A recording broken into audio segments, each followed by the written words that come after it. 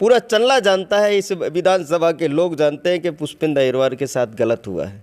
चंदला विधानसभा के जो टिकट मांगने वाले लोग थे, सभी ने जी तोड़ करके मेहनत की है, और जिस व्यक्ति ने मेहनत नहीं की है उसको टिकट थमा दी गई। इससे सिद्ध होता है कि कुछ चंद्र लोग ये चाहते हैं कि मेरी जेब का डलने वाला विधायक बने, और जिन लोगों ने टिकट कटवाने का काम किया है उनकी सोच यही थी कि पुष्पेंद्र अहिरवार गरीब शोषित और किसानों की न्याय की बात करेगा, किसानों की लड़ाई लड़ने की बात करेगा, इसलिए उस हमारी टिकट कटवाने का काम किया। और नमस्कार, मैं मुन्ना राजपूत, बुंदेली भास्कर में आपका स्वागत है। बुंदेली भास्कर के खास मुलाकात कार्यक्रम में आज हमारे पास मौजूद हैं चंदला विधानसभा क्षेत्र के वर्तमान प्रत्याशी जो समाजवादी पार्टी से हैं, पुष्पेंद्र अहिरवार।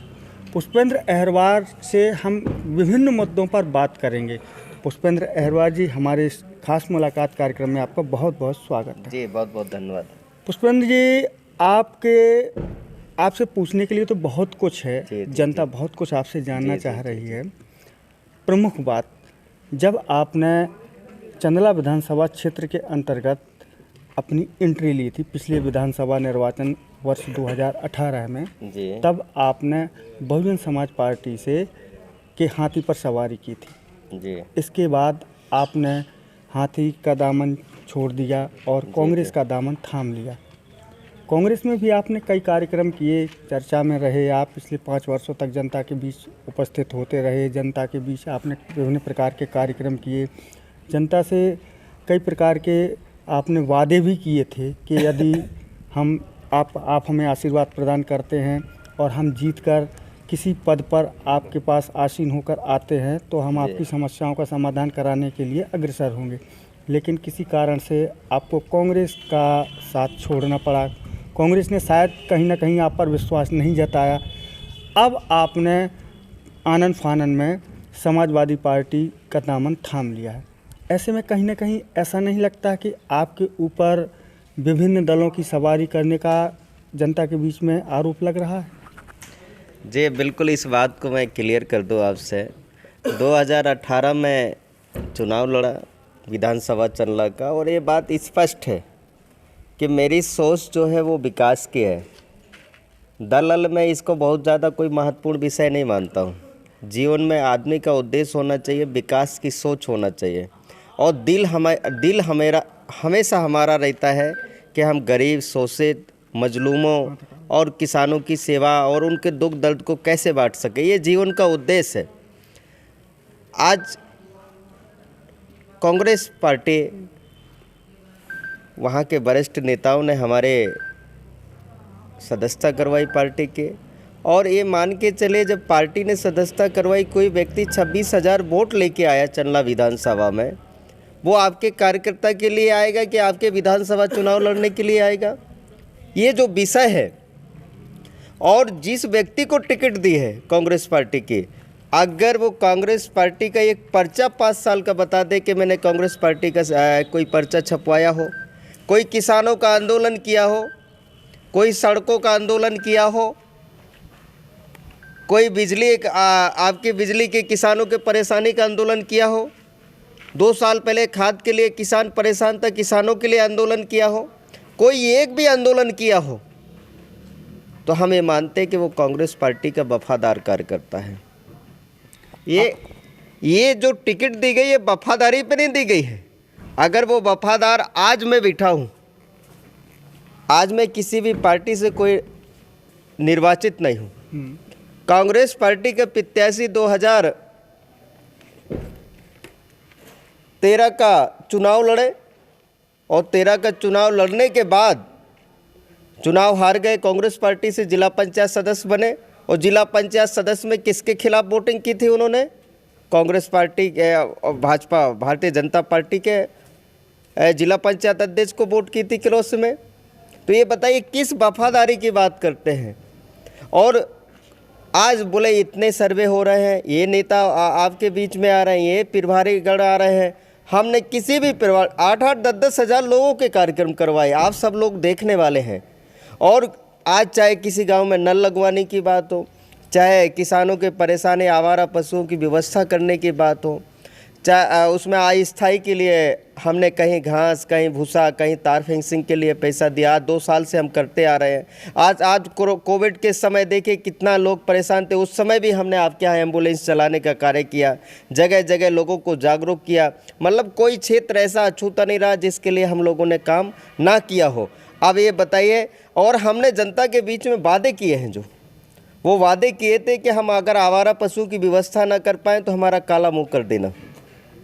दूसरा हमने की थी कि हमें 5 साल तक जो भी वेतन मिलेगा और वो वेतन हम जनता की सेवा के लिए लगाएंगे, निःशुल्क कोचिंग की व्यवस्था करेंगे, और साथ में जो गरीब परिवार के बच्चे हैं जो 80-90% से ऊपर 12वीं कक्षा में लाते हैं, और अगर उनके परिवार के लोग बाहर पढ़ाने के लिए तैयार होते हैं तो उनको 1-1 लाख रुपए हम MBBS IIT कोचिंग के लिए लगाएंगे। हम अपने पास कोई व्यवस्था, अपने पास कोई 5 साल का वेतन नहीं रखेंगे।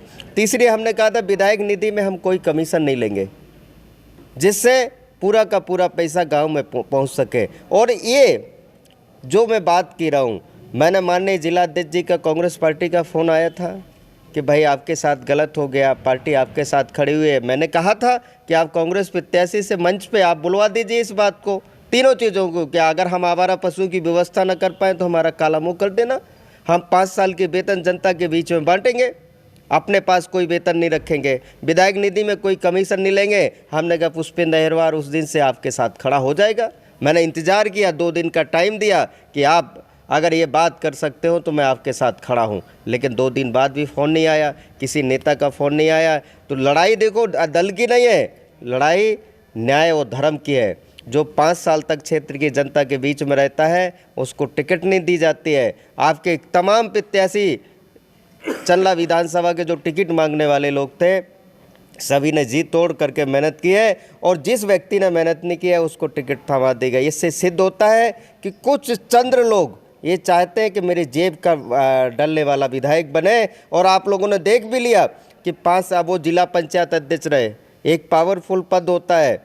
आपका कोई भी चंदला विधानसभा में कोई भी उनका शिलान्यास का पत्ता लगा हो तो बता दीजिए। आज उनका खुद का गांव है ठकुर्रा से बेनीपुर का 1 किलोमीटर की सड़क नहीं बन पाई है, जो आज भी 6 महीने का रास्ता बंद हो जाता है। तो बताइए, जब ऐसे व्यक्ति को टिकट देंगे, जेब में डालने वाले व्यक्ति को टिकट देंगे, तो ये सम्मान्य फिर क्या हमारी ये न्याय और अन्याय की न्याय और धर्म की बात हो गई है। और न्याय और धर्म के लिए हम लोग लड़ रहे हैं और जनता हमारा साथ देगी। पुष्पेंद्र जी, आपने अभी कहा कि जब आपने कांग्रेस की सदस्यता ली थी तब आपने कहा था कि मेरे पास 26,000 वोट हैं। जी, ये 26,000 वोट आपको पिछले चुनाव में भाजपा के माध्यम से प्राप्त हुए थे। जी जी, इस बात को तो हम स्वीकार करते हैं ना। जी जी, तो क्या पुष्पेंद्र अहिरवार जो चेहरा है, जी, इनका पर्सनल वोट 26,000 था या भाजपा का वोट 26,000 था? देखिए, आप लोग इस बात को आप लोगों ने भी समझने का प्रयास किया होगा और तमाम क्षेत्र की जनता ने भी समझने का प्रयास किया है। आप ये बताइए, मैंने लवकुश नगर का आंदोलन किया था, वो किस दल से किया था? किसी दल से नहीं किया था ना। फिर भी आपके साथ मेरे साथ हजारों लोग थे। मैंने लवकुश नगर में आक्रोश सभा की थी, उस समय पे कम से कम 5, 6, 7, 8 हज़ार लोग थे। तो जन आक्रोश सभा की थी, और जन आक्रोश सभा मैंने कांग्रेस के पैनल तले की थी। तो उस समय क्या बसपा का मेरा आदमी होगा वही तो मेरे साथ आके खड़ा होगा। आप दूसरा आंदोलन फिर मैंने वहाँ पे सड़क के लिए किया था गोरियार में, जो आपकी गोरियार से सरवई सड़क उखड़ गई थी। जब वो आंदोलन किया था तो वो कांग्रेस के बैनर तले किया था। तो क्या उस समय बसपा के लोग मेरे साथ नहीं थे? जब मैंने अभी जन आक्रोश सभा करवाई है, मान्य अभी जो लास्ट में पार्टी की निकली थी, तो उसमें कम से कम 8 से 10 हज़ार लोग थे। तो क्या वो बसपा वाले क्या मेरे साथ खड़े हुए थे? मेरे साथ मैंने लोगों के बीच में जा के उनके सुख में रहा, उनके दुख में रहा, जहाँ जैसा मेरा सहयोग पड़ा मेरे साथ रहा, लोगों के बीच में रहा। आज चाहे समाज की बात हो, चाहे मेरे सभी कार्यकर्ताओं के अन्य समाजों की बात हो, मैं जिनसे जुड़ा हुआ हूँ, मेरे संबंध उनके सुख के भी हैं और उनके संबंध मेरे दुख के भी हैं। आज हजारों के लोग जो मेरे साथ खड़े होते हैं, तो इससे आप देख लीजिए, अगर ऐसा होता तो आज हजारों की संख्या में मेरे साथ लोग खड़े नहीं होते। अभी हमारी सभा जल्दी होने वाली है। आप देख लीजिए, कम से कम हज़ारों 10-20 हज़ार लोग का वहाँ पे उपस्थित होंगे। पुष्पेंद्र जी, आपने वर्तमान में कांग्रेस का दामन छोड़कर समाजवादी पार्टी का ही दामन क्यों थामा? क्या आपने पूर्व जो आपकी पार्टी थी बहुजन समाज पार्टी, उसमें जाने का आपने प्रयास किया, उससे टिकट मांगने की आपने कोशिश की थी क्या? देखिए, टिकट ना मिलने के कारण मैं किसी पार्टी से मेरी कोई बातचीत नहीं हुई है और मेरे दिल और मेरी जो सोच है वो हमेशा समाजवाद की रही है। समाजवाद का मतलब कि सभी लोगों को ज़िंदगी में आगे बढ़ने का मौका मिले, चाहे वो बहुजन समाज हो, चाहे वो समाजवाद है। सबकी सोच यही है कि सबको आगे बढ़ने का मौका मिले। उसके अनुसार मुझे पार्टी ने इस लायक समझा तो समाजवादी पार्टी ने मान्य। मैं तो धन्यवाद देता हूं सभी लोगों का, समाजवादी पार्टी के सभी वरिष्ठ नेताओं का, कि उन्होंने कम से कम मुझे इस लायक समझा तो कि मुझे चुनाव लड़ाने के लिए फ़ोन किया। मुझे लखनऊ जाके माननीय अखिलेश यादव जी को इससे मिलवाया गया। तो ये संपर्क साधने की बात नहीं है। देखो, दुनिया में हर आदमी की सोच एक जैसी नहीं होती है। पूरा चंला जानता है, इस विधानसभा के लोग जानते हैं कि पुष्पेंद्र अहिरवार के साथ गलत हुआ है और उस गलत के साथ इस चंला विधानसभा में अच्छे लोग भी रहते हैं। गलत करने वाले चंद्र लोग हैं और अच्छे करने वाले हज़ारों लोग हैं। उस हज़ारों लोगों से समाजवादी पार्टी के नेताओं से चर्चा हुई। उन्होंने कहा कि पुष्पेंद्र अहिरवार को आप लड़ा दीजिए। हम इस बार दो बार तो यहाँ सिंबल से समाजवादी पार्टी चुनाव जीत चुकी है और एक बार किसी सिंबल मिल ना पाने के कारण, नहीं तो 3 बार यहाँ से समाजवादी पार्टी चुनाव जीत चुकी है। और ये जन चर्चा बन चुकी है कि इस बार हमको ऐसा विधायक बनाना है जो स्वतंत्र हो। और आप लोग भी इस क्षेत्र को जानते हो और टिकट ना मिलने का कारण भी यही है। ये जिन लोगों ने टिकट कटवाने का काम किया है, उनकी सोच यही थी कि पुष्पेंद्र अहिरवार गरीब शोषित और किसानों की न्याय की बात करेगा, किसानों की लड़ाई लड़ने की बात करेगा, इसलिए हमारी टिकट कटवाने का काम किया। और दुख तो इस चीज़ का है सबसे बड़ा कि हम लोगों का किसी भी प्रत्याशी का पैनल में नाम भी नहीं था। सिर्फ एक व्यक्ति का नाम ही आ गया जिस आदमी ने 5 साल में कुछ भी नहीं किया। तो इस विषय के कारण आज हम लोग, देखिए, हम लोगों के लिए दल कोई बहुत महत्वपूर्ण चीज़ नहीं है। हमारा दिल महत्वपूर्ण है। हम लोगों के दिल से बात करते हैं, दिल के साथ लोगों के साथ रहते हैं। इसलिए हमारे साथ जो रहने वाले लोग हैं और चंला विधानसभा में जो न्याय की सोच रखने वाले लोग हैं वो सब हमारे साथ रहेंगे। पुष्पेंद्र जी, आपके साथ अभी इतनी कुछ चंद ही मिनटों की अभी चर्चा हुई है, इसमें एक बात अभी सामने उभर कर आ रही है, पूरा स्पष्ट हो रहा है कि कहीं ना कहीं आप अपनी लड़ाई या चुनावी प्रतिद्वंदी मात्र कांग्रेस प्रत्याशी को ही देख रहे हैं। भारतीय जनता पार्टी के प्रत्याशी भी हैं। दिलीप अहिरवार एक ऐसा नाम एकदम से उभर कर आया है कि क्षेत्र की जनता ने लगभग ये नाम, कई ऐसे क्षेत्र होंगे, गांव होंगे जिन्होंने शायद वो उनको पहचानते भी नहीं होंगे। तो इस मामले में आप क्या सिर्फ अपना प्रतिद्वंदी सिर्फ कांग्रेस प्रत्याशी को मानते हैं या भारतीय जनता पार्टी का प्रत्याशी भी प्रतिद्वंदी होगा, या बसपा का जो प्रत्याशी हैं वो भी आपके प्रतिद्वंदी होंगे? देखिए, मैंने ज़िंदगी में कभी किसी को प्रतिद्वंदी के रूप में किसी को नहीं, चुनावी प्रतिद्वंदी मात्र उम्मीदवार के रूप में, उम्मीदवार के रूप में मैं कभी किसी को नहीं मानता हूँ। इसलिए नहीं मानता हूँ, पिछले बार मैं दोनों पार्टियों के खिलाफ चुनाव पहले भी लड़ चुका हूँ और जब अन्याय हो तो आप टकराना ज़रूरी होता है। हम कोई ऐसे व्यक्ति नहीं है कि घर बैठ के किसानों और मजदूरों की लड़ाई लड़ेंगे। हम रोड और सड़क पर लड़ने वाले लोग हैं। हमें ना भारतीय जनता पार्टी से चिंता है, ना हमें कांग्रेस पार्टी से चिंता है। हमें चिंता इस बात की है कि हमने हमारा जो जीवन की सोच है, हम गरीब शोषित और किसानों की लड़ाई कैसे लड़ सके, इसके लिए हम चिंता करते हैं। हमें भारतीय जनता पार्टी और कांग्रेस की कोई चिंता नहीं है। अब उस समय कार्यक्रम होते थे, आज 10-20 हज़ार का कार्यक्रम करके दिखाएं कांग्रेस पार्टी। इसलिए हम कभी किसी को प्रतिद्वंदी नहीं मानते हैं और किसी भी व्यक्ति से, हमारे चुनाव लड़ने वाले से कोई बुराई नहीं है। हमारी बुराई है राजनीतिक सोच की। हमारे जीवन की सोच है हम किसानों का भला करें, गरीबों की लड़ाई लड़ें। आज और एक विषय जो सबसे बड़ा कुछ लोग भ्रमित कर रहे हैं, आपको मैं स्पष्ट करना चाहता हूं कि आज कहते हैं 3 अहिरवार चुनाव लड़ गए हैं, ये जो क्षेत्र में फैलाने के, क्योंकि जिनकी कूटनीति होती है छल कपट से चुनाव जीतने की, क्योंकि उनकी सोच है कि हम छल कपट से चुनाव जीते, भ्रमित करें, क्योंकि 5 साल तो जनता के बीच में कुछ किया नहीं है, लेकिन हम जनता को कैसे छल कपट से उनका वोट ले ले। आज स्पष्ट करना चाहता हूँ 2008 में भी 3 अहिरवार लड़े थे, कौन चुनाव जीता था? रामदयाल अहिरवार जी। लेकिन वो तो भारतीय जनता पार्टी के सिंबल। बात अहिरवार की है, बात सिंबल की नहीं है जो भ्रमित कर रहे हैं। वो ये थोड़ी कह रहे हैं कि 3 अहिरवार लड़ गए हैं इसलिए अहिरवार चुनाव नहीं जीतेगा। बात इस चीज़ की फैला रहे हैं ना। उस समय भी 3 अहिरवार लड़ रहे थे, बसपा से भी अहिरवार था, और उस समय तो बसपा यहाँ पे मजबूत भी थी, यूपी में सरकार भी बनी हुई थी। आपके कांग्रेस से भी अहिरवार थे और आपके भारतीय जनता पार्टी से भी अहिरवार थे, फिर क्यों अहिरवार चुनाव जीता? और आपको ये भी आपके माध्यम से जनता से अपील भी करना चाहता हूँ, जिस समाज का 42,000 वोट हो, दूसरे जो समाज के लोग हैं वो अपना आकलन कर लें कि हम लोग अगर 3 कौड़ी भी हो गए तो उनसे ज़्यादा वोट तो बने ही रहेंगे हमारे समाज के। और आप समाज चिंतनशील है, अहिरवार समाज बुद्धिजीवी वर्ग है, लंबे समय से बाबा साहब की विचारधारा को मानने वाला है। उसमें से 80% वोट वहाँ पड़ता है जहाँ उनका व्यक्ति सही सोच समझ और बाबा साहब का अनुयायी होता है। अगर बाबा साहब का अनुयायी नहीं है तो हमारा समाज वोट नहीं देता है। उन्होंने आज जो मेरे साथ कांग्रेस पार्टी में हमारा समाज खड़ा हो गया था, दलित समाज का, वो पिछले समाज का, वो इसलिए खड़ा हो गया था कि पुष्पेंद्र अहिरवार बाबा साहब का अनुयायी है, बाबा साहब के संविधान को मानता है, इसलिए वो उनके साथ खड़ा हो गया था। आज ये लोग चाहे जितना भ्रमित कर ले, आपको विश्वास दिलाता हूँ समाज लास्ट में वहीं जाएगा जहाँ बाबा साहब का अनुयायी चुनाव जीतने लायक होगा। चलिए, तो बहुत बढ़िया बात आपने कही है, क्योंकि ये समाजवाद की सोच है। ये हर व्यक्ति को अपना वोट देने का अधिकार होता है, वो अपना कहाँ मत दे।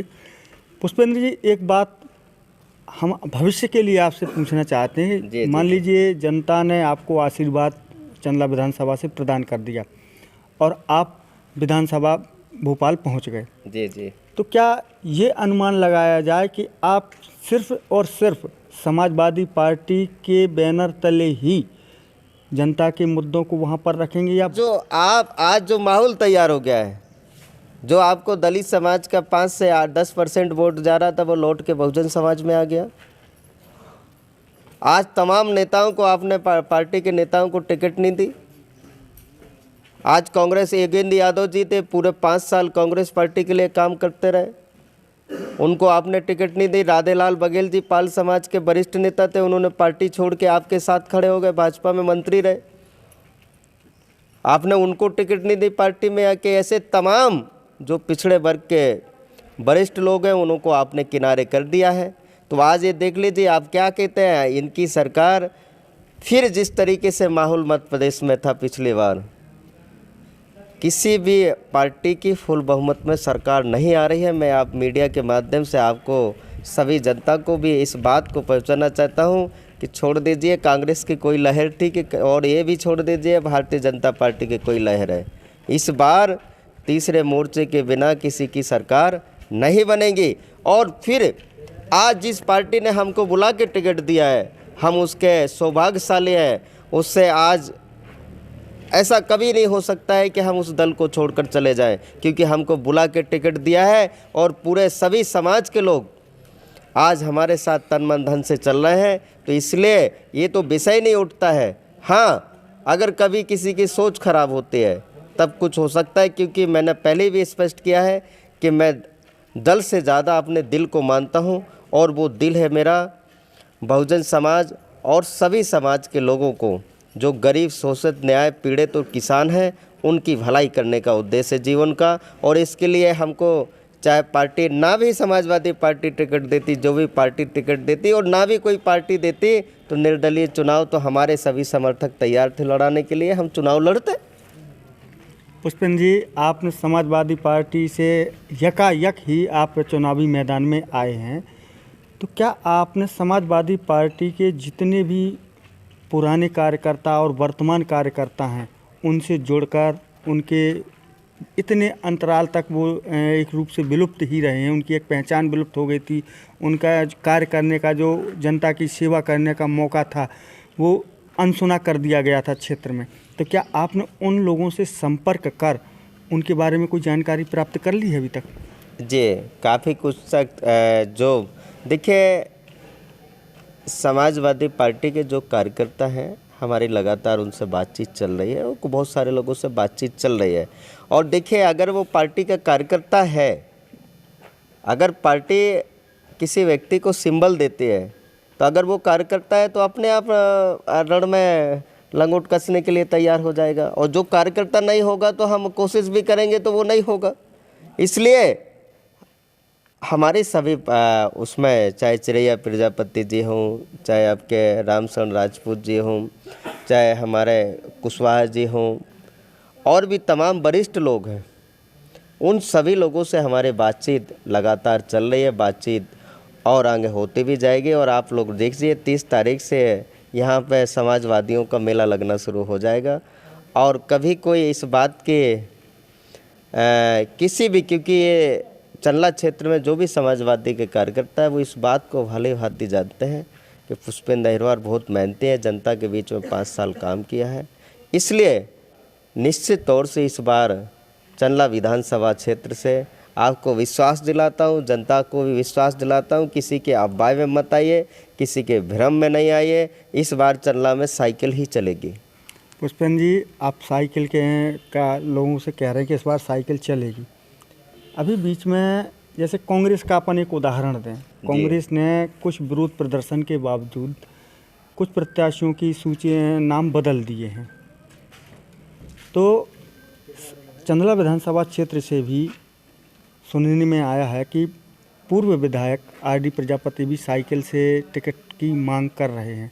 क्या कहीं ऐसा ना हो जाए कि समाजवादी पार्टी से अभी आपको टिकट मिला है और शायद वो किसी कारण से वो भी टिकट लेकर आ गए, तो ऐसे में फिर आपकी रणनीति क्या रहेगी? बिल्कुल कोई रणनीति नहीं रहेगी। जिसको टिकट मिलेगा वो चुनाव लड़ेगा, हम उसके साथ ही मिलेंगे। अभी तो 30 तारीख तक का समय है नॉमिनेशन का। बिल्कुल बिल्कुल, हम बड़े खुले दिल से बोलते हैं। राजनीति हमारा बहुत बड़ा उद्देश्य था, जनता के बीच में सेवा करने का, और ये मौका भी नहीं मिलेगा तो हम इससे पीछे नहीं हटेंगे। क्योंकि हमारी दाल रोटी है, राजनीति से थोड़ी चलती है।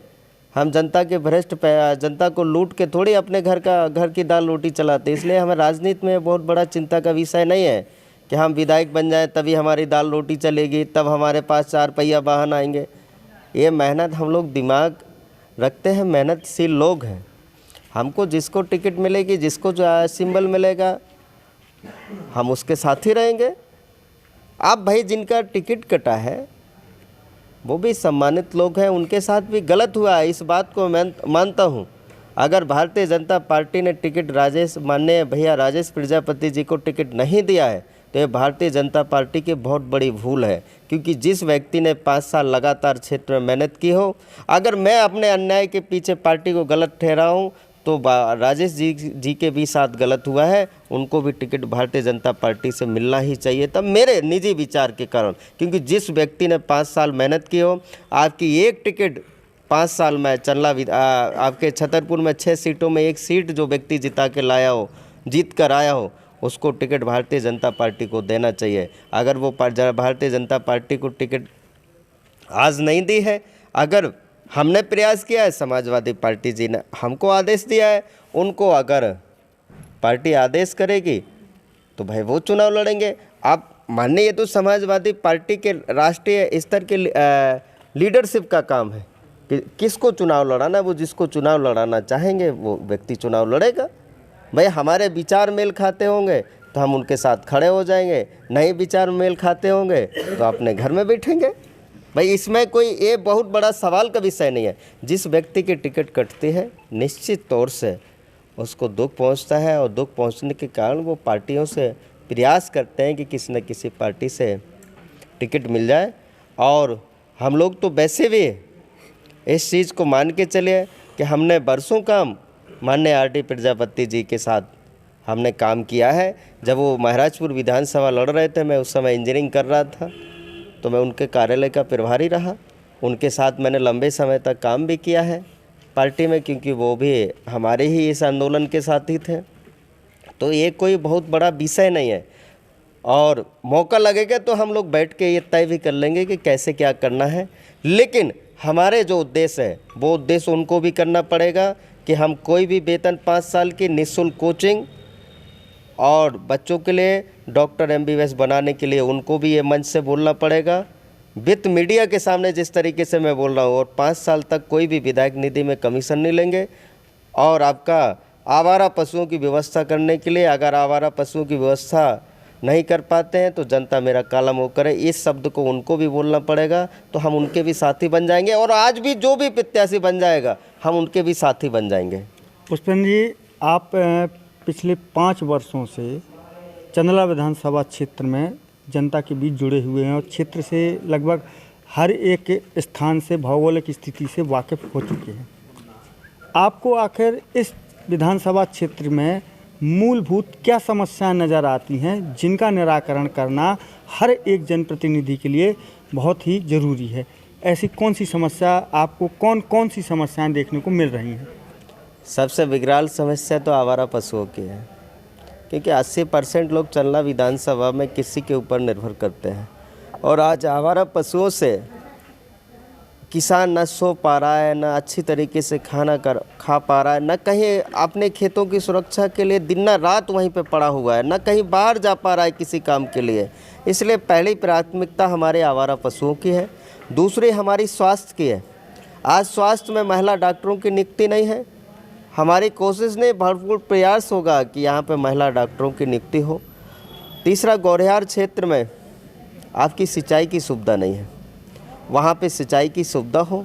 चौथा, यहाँ पे बिजली की लाइन बरसों पुरानी लाइन पड़ी हुई है, जो टूट कर समय समय पर गिरती रहती है, जिससे कई बार जनहानि हो चुकी है। उस लाइन को बदलवाने का काम होगा। और सबसे बड़ा यहाँ पे मुद्दा है पलायन का। आज जो बालू का यहाँ पे काम हो रहा है, अगर इसी बालू को बोरियों में भरकर हम लोग उसको बेचने का काम करेंगे तो यहाँ पे हज़ारों मज़दूरों को यहाँ पे रोज़गार मिल जाएगा और युवाओं को नौकरी का माध्यम भी मिल जाएगा। तीसरा, पढ़े लिखे हमारे बहुत सारे युवा रोज़गार हैं। आज यहाँ पे खनन का बहुत बड़े मात्रा में काम है। आज जो यहाँ पे पत्थर बाहर जा रहा है, अगर वही पत्थर की फैक्ट्री यहाँ डल जाएगी तो हज़ारों युवाओं को उसमें भी मौका मिल जाएगा।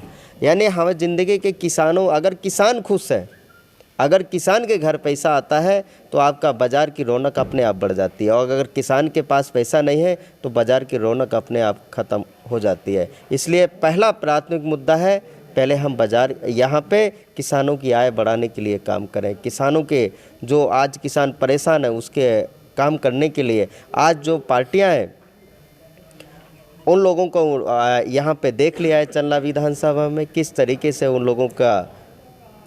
लोगों ने यहाँ पे काम किया है। और आज निश्चित तौर से जो बदलाव की लहर है आज चंदला विधानसभा में देखने को मिल रही है कि निश्चित तौर से लोग ये कह रहे हैं कि भैया 2 को छोड़ के तीसरे को ही वोट देना है। पुष्पेंद्र जी, आपसे बात करने के लिए तो बहुत कुछ है, काफ़ी बिंदुओं को आपने स्पष्ट भी किया, क्योंकि समय हमारे इस कार्यक्रम में निर्धारित किया गया है। जी। आप हमारे इस कार्यक्रम के माध्यम से चंदला विधानसभा क्षेत्र की जनता से क्या कहना चाहते हैं?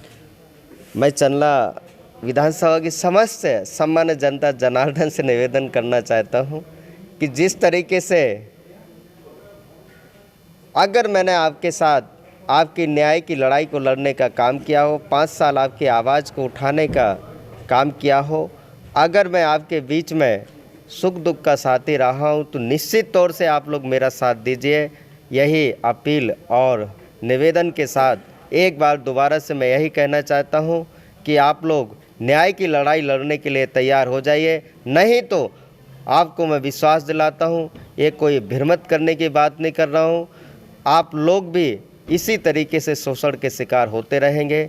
इसी शब्दों के साथ मैं चैनल के माध्यम से भी आप सभी लोगों का, मेरी आवाज़ के सुनने वाले सभी लोगों का यही कहना चाहता हूं कि जो भी इस अन्याय की लड़ाई के साथी बनना चाहते हो वो समाजवाद और साइकिल के लिए तैयार हो जाइए। हम सब मिलकर यहाँ पे जो चंद्र लोग हैं जो चाहते हैं कि हमारी जेब का विधायक बने, हम आप सब उनके खिलाफ हो जाइए। पुष्पेंद्र अहिरवार आप सबका साथी रहेगा, ये विश्वास मैं आपको दिलाता हूँ। देखिए, बुंदेली भास्कर में मैंने कई विधायकों के इंटरव्यू लिए हैं, कई प्रत्याशियों के इंटरव्यू लिए हैं। आज एक ऐसे प्रत्याशी से खास मुलाकात हुई है। उन्होंने अपने वक्तव्य में यह बताया है कि यदि मैं जनता की नज़र में खरा नहीं उतरा और जनता के साथ किए गए वादों को यदि मैं पूरा नहीं करता हूं, तो क्षेत्र की जनता को अधिकार होगा कि वह मेरा मुंह काला कर दे। यही ना? जी जी जी। देखिए, ऐसा कहने वाला शायद ही कोई पहला प्रत्याशी ही होगा जिसने इतनी बड़ी बात कही है। खैर, वो जनता का मत है, जनता को कहाँ अपना मत देना है, किसे अपना नेता चुनना है, जनता इसके लिए स्वतंत्र है। बुंदेली भास्कर के खास मुलाकात कार्यक्रम में आज बस इतना ही। आगे अन्य शख्सियत के साथ फिर से हम आपके साथ रूबरू होंगे। तब तक आप हमसे लगातार जुड़े रहें बुंदेली भास्कर पर। धन्यवाद।